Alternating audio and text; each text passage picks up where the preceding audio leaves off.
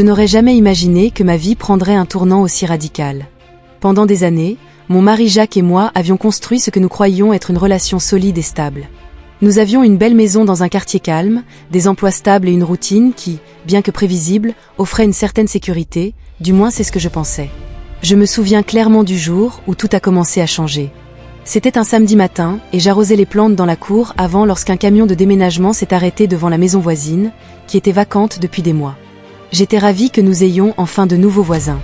C'est là que je l'ai vu pour la première fois. Grand, avec des cheveux noirs et des yeux vert perçants, et un sourire qui illuminait son visage. Il s'est approché de la clôture séparant nos propriétés et s'est présenté. « Salut, je suis Ryan, je viens d'emménager », a-t-il dit en tendant la main. « Bienvenue ». J'ai répondu en ressentant un picotement inexplicable en lui serrant la main. « Je suis Sarah, mon mari Jacques et moi vivons ici depuis 5 ans. » Nous avons discuté quelques minutes de plus, et je lui ai proposé de l'aider s'il avait besoin de quoi que ce soit. À mon retour à la maison, j'ai été surprise de penser à quel point cette brève rencontre avait été agréable. Les jours passèrent normalement, Jacques et moi continuâmes notre routine habituelle. Petit déjeuner précipité, longue journée de travail, dîner devant la télévision et conversations de plus en plus rares. Je n'avais pas réalisé à quel point nous étions devenus émotionnellement distants. Un après-midi, alors que je revenais de l'épicerie, je suis tombée sur Ryan sur le trottoir. Il m'a proposé de m'aider avec les sacs, et sans trop réfléchir, j'ai accepté. Nous avons marché ensemble vers chez moi, discutant avec animation de nos métiers et de nos loisirs. J'ai été surprise de découvrir combien nous avions en commun. Nous aimions tous les deux la photographie, nous apprécions les longues promenades dans la nature et partagions un amour pour la cuisine italienne. Nous devrions organiser un dîner un jour, a suggéré Ryan avec un sourire complice. Tu pourrais préparer tes fameuses pâtes au pesto, ça a l'air génial. J'ai répondu en ressentant un mélange d'excitation et de culpabilité face à cette idée. À partir de ce moment-là, nos rencontres sont devenues plus fréquentes. Parfois, nos chemins se croisaient en courant le matin, d'autres fois, nous nous retrouvions à l'épicerie du quartier. Chaque conversation avec Ryan me faisait me sentir plus vivante, plus écoutée. C'était comme s'il réveillait une partie de moi qui dormait depuis longtemps. Un soir, alors que je dînais avec Jacques, j'ai essayé de partager mon enthousiasme pour une exposition de photographie que j'avais découverte grâce à Ryan. Que penses-tu d'aller voir cette exposition ce week-end ? J'ai suggéré, espérant que Jacques lèverait enfin les yeux de son téléphone. Je dois finir un rapport pour lundi, peut-être une autre fois, a-t-il répondu distraitement. J'ai ressenti une pointe de déception. Ce n'était pas la première fois que Jacques rejetait mes propositions, mais cette fois-ci, c'était plus douloureux que d'habitude.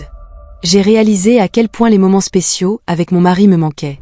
Ces derniers jours, je me suis sentie de plus en plus attirée par Ryan. Sa présence illuminait mes journées. Ses messages me faisaient sourire et nos conversations devenaient plus profondes et personnelles. J'ai essayé de me convaincre que nous n'étions que de bons amis, mais au fond de moi, je savais que quelque chose de plus se développait entre nous. Un après-midi pluvieux, alors que Jacques était en voyage d'affaires, Ryan m'a invité à prendre un café chez lui. J'ai hésité un instant, consciente qu'être seule avec lui pouvait être dangereux, mais la tentation était trop forte et j'ai accepté. Sa maison était confortable et pleine de détails qui reflétaient sa personnalité. Des photographies encadrées ornaient les murs, des livres d'art étaient empilés sur l'étagère, et l'arôme du café fraîchement moulu remplissait l'air. Nous nous sommes assis sur le canapé, des tasses fumantes à la main, et avons commencé à discuter. La conversation a coulé naturellement, passant de sujets triviaux à des questions plus profondes. Ryan m'a parlé de son divorce, de la douleur qu'il avait vécue et de la façon dont il avait appris à se redécouvrir. Je lui ai à mon tour parlé de mes rêves reportés, de la manière dont la routine avait progressivement éteint ma passion pour la vie. « Sarah, » a dit Ryan en me regardant intensément, « tu es une femme incroyable, tu mérites d'être heureuse et de poursuivre tes rêves. » Ces mots m'ont profondément émue. Cela faisait si longtemps que personne ne m'avait fait me sentir aussi spéciale, aussi valorisée. Sans m'en rendre compte, des larmes ont commencé à couler sur mes joues. Ryan s'est rapproché et les a essuyées doucement avec ses doigts. Le temps a semblé s'arrêter. Nos visages étaient si proches que je pouvais sentir son souffle. La tension était palpable, chargée de désirs contenus. Je savais que je devais partir, que la bonne chose à faire était de garder mes distances, mais mon corps ne répondait pas. C'est Ryan qui a fait le premier pas. Ses lèvres ont effleuré les miennes doucement, comme pour demander la permission pendant un instant. Tous mes principes, mes vœux de mariage, ma loyauté envers Jacques ont disparu. J'ai répondu à son baiser avec une passion que je pensais avoir oubliée. Ce qui a suivi a été une explosion d'émotions et de sensations. Nos mains ont exploré avec impatience. Nos corps ont fusionné dans une étreinte brûlante. Chaque caresse, chaque soupir, chaque gémissement était un mélange de plaisir et de culpabilité. À ce moment-là, rien n'avait d'importance à part la connexion que nous partagions. Des heures plus tard, alors que je m'habillais en silence, la réalité de ce que j'avais fait m'a frappé durement. J'avais trahi Jacques, j'avais franchi une ligne que je n'aurais jamais pensé franchir. La culpabilité et la honte se mêlaient à l'excitation et au désir que je ressentais encore pour Ryan. « Sarah », murmura Ryan en m'embrassant par derrière, « je sais que c'est compliqué, mais ce que je ressens pour toi est réel. » Je me suis retournée pour le regarder, les larmes aux yeux. « Ryan, je ne sais pas quoi faire, j'ai besoin de temps pour réfléchir. » J'ai quitté sa maison en ayant l'impression que mon monde avait été bouleversé. Comment allais-je regarder Jacques dans les yeux? Comment allais-je continuer ma vie sachant que j'avais été infidèle? Les jours suivants étaient une torture. Chaque fois que Jacques m'embrassait ou me serrait dans ses bras, j'avais l'impression que 1000 aiguilles me transperçaient le cœur. J'essayais d'agir normalement, mais mon comportement était erratique et distant. Jacques commença à remarquer que quelque chose n'allait pas. « Est-ce que tu vas bien, chérie ?» me demandait-il souvent. « Tu as l'air différente. » Je trouvais toujours une excuse.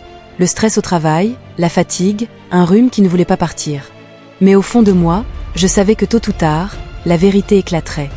Pendant ce temps, mes rencontres avec Ryan continuaient, bien que je me sois promis que chaque fois serait la dernière. Je finissais toujours par retomber dans ses bras.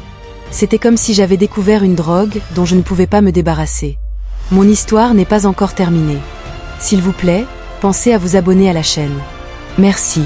Retour à l'histoire. Un après-midi, pendant que Jacques était au travail, Ryan est venu chez moi. Nous étions dans la cuisine en train de nous embrasser passionnément quand nous avons entendu le bruit d'une clé dans la serrure. La panique m'a saisi, Jacques était rentré tôt du travail. Tout s'est passé en quelques secondes. Jacques est entré dans la cuisine et s'est figé en nous voyant. Son visage est passé de la surprise à la douleur, puis à la colère en quelques instants. Le silence qui a suivi était assourdissant. « Jacques !» J'ai essayé de parler, mais les mots s'étranglaient dans ma gorge. « Comment as-tu pu ?» a-t-il finalement dit, sa voix brisée. « Depuis combien de temps cela dure ?»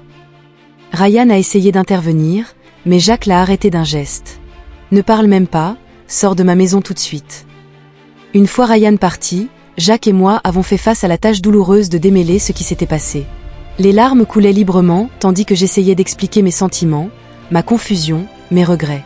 Jacques écoutait en silence, son visage un masque de douleur et de déception. « J'ai besoin de temps, » a-t-il finalement dit. « Je ne peux pas être ici avec toi maintenant. » Cette nuit-là, Jacques est allé dormir chez son frère.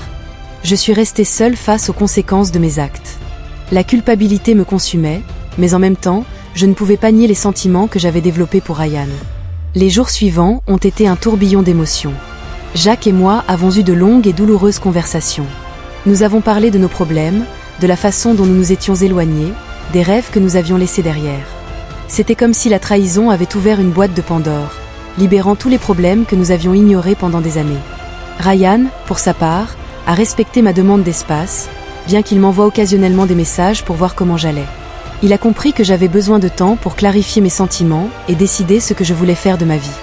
Ce fut une période d'introspection intense. J'ai réalisé à quel point j'avais changé, comment mes besoins et mes désirs avaient évolué au fil des années.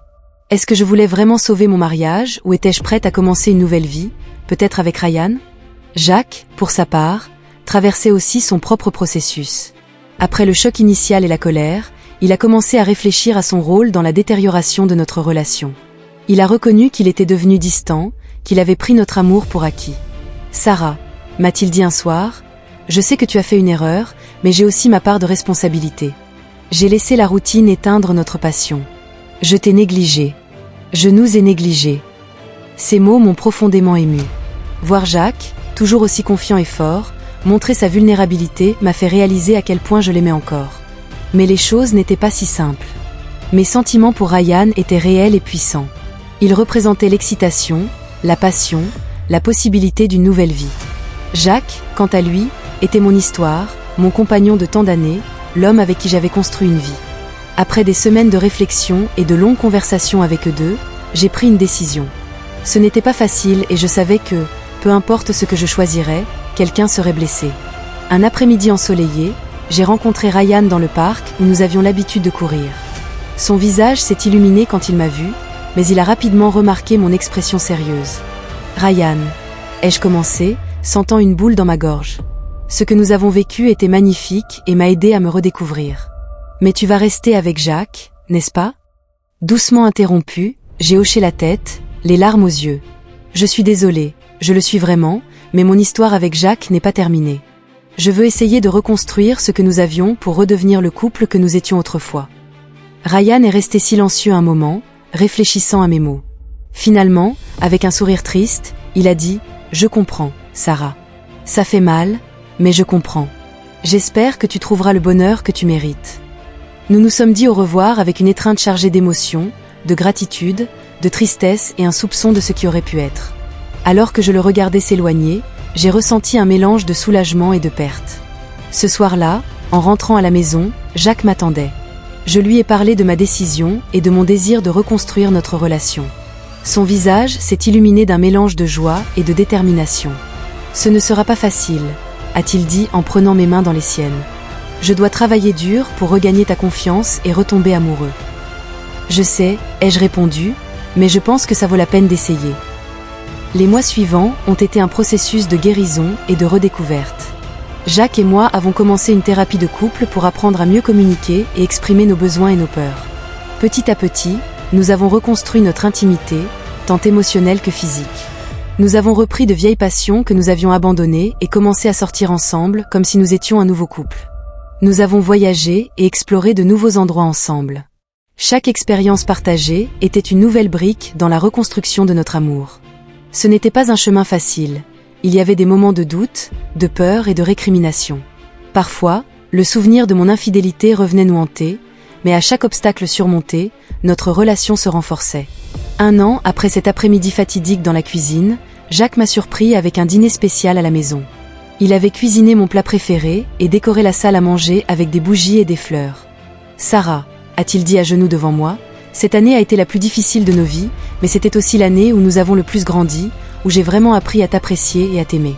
Je veux renouveler nos vœux. Me ferais-tu l'honneur de m'épouser à nouveau ?» Des larmes coulaient sur mes joues alors que j'acquiesçais, incapable de parler à cause de l'émotion. Nous nous sommes serrés fort dans nos bras, sentant que ce nouveau départ était encore plus précieux que le premier, car il était construit sur la base d'épreuves surmontées et d'un amour plus mature et plus profond. La cérémonie de renouvellement des vœux était intime et émouvante, entourée seulement de notre famille et de nos amis les plus proches. Jacques et moi avons promis amour et fidélité une fois de plus. Cette fois, nos promesses avaient un poids différent, né de l'expérience et du pardon. Alors que nous échangions les alliances, j'ai regardé Jacques dans les yeux et j'y ai vu tout notre passé et notre avenir. J'ai vu la douleur que nous avions surmontée et le bonheur qui nous attendait à ce moment-là. Je savais que j'avais pris la bonne décision. Les années suivantes ont apporté de nouveaux défis et de nouvelles joies. Nous avons eu notre premier enfant, une belle fille que nous avons appelée Emma. La parentalité nous a encore plus unis, nous montrant une nouvelle facette de l'amour que nous partagions. Parfois, lorsque je me promenais dans le quartier, je pensais à Ryan, non pas avec nostalgie ou regret, mais avec une sorte de gratitude douce amère. Bien que notre histoire ait été brève et douloureuse, elle m'a aidé à réaliser ce que je voulais vraiment dans la vie. Un jour, alors que je poussais la poussette d'Emma dans le parc, j'ai croisé Ryan. Tellement de temps s'était écoulé que, pendant un instant, je ne l'ai pas reconnu. Il tenait la main d'une femme et portait un petit enfant dans ses bras. Nous nous sommes arrêtés, surpris par cette rencontre. Il y a eu un moment de tension, mais nous avons tous les deux souri. « Sarah », a-t-il dit chaleureusement, « comment vas-tu ?»« Très bien », ai-je répondu, ressentant une paix à laquelle je ne m'attendais pas. Il m'a présenté sa femme et son fils. Nous avons brièvement discuté et échangé des nouvelles de nos vies. Il n'y avait aucun malaise, juste le sentiment que le passé était vraiment derrière nous. « Je suis très heureuse pour toi », a dit Ryan avant de nous dire au revoir. « Tu as l'air heureuse. »« Je le suis. J'espère que tu l'es aussi. » En le regardant partir avec sa famille, j'ai ressenti un profond sentiment de clôture. Le chapitre de ma vie que j'avais partagé avec Ryan était définitivement clos, mais il avait laissé de précieuses leçons. Cette nuit-là, alors que Jacques et moi mettions Emma au lit, j'ai ressenti une vague d'amour et de gratitude. J'ai regardé mon mari, l'homme qui avait été prêt à pardonner et à se battre pour notre amour, et j'ai réalisé à quel point j'étais chanceuse. « Je t'aime », ai-je murmuré en le serrant fort dans mes bras. « Je t'aime », a-t-il répondu en m'embrassant sur le front. À ce moment-là, entouré de la chaleur de ma famille, j'ai compris que le véritable amour n'est ni parfait ni exempt de problèmes. C'est un travail constant, un choix quotidien de pardonner, de grandir et d'aimer malgré les difficultés. Ma liaison avec Ryan avait été un choc, un réveil qui a forcé Jacques et moi à faire face à nos problèmes et à redécouvrir notre amour. Même si le chemin avait été douloureux, il nous avait conduits vers un endroit meilleur, plus fort et plus authentique. Je me suis endormie cette nuit-là, soutenue par Jacques et par le doux son de la respiration d'Emma sur le babyphone. Je me sentais en paix. J'avais fait des erreurs, j'avais causé de la douleur, mais j'avais aussi appris à grandir et finalement trouvé le chemin du véritable amour. La vie n'est pas toujours facile ou simple. Parfois, nous prenons des détours et nous nous perdons un peu, mais si nous avons le courage d'affronter nos erreurs et de nous battre pour ce qui compte vraiment, nous pouvons trouver un bonheur plus profond et plus significatif que nous ne l'aurions jamais imaginé. Avec mon cœur plein de gratitude et d'espoir, j'ai fermé les yeux, prête à affronter n'importe quel défi que l'avenir pourrait apporter, sachant que j'avais l'amour et la force pour le surmonter.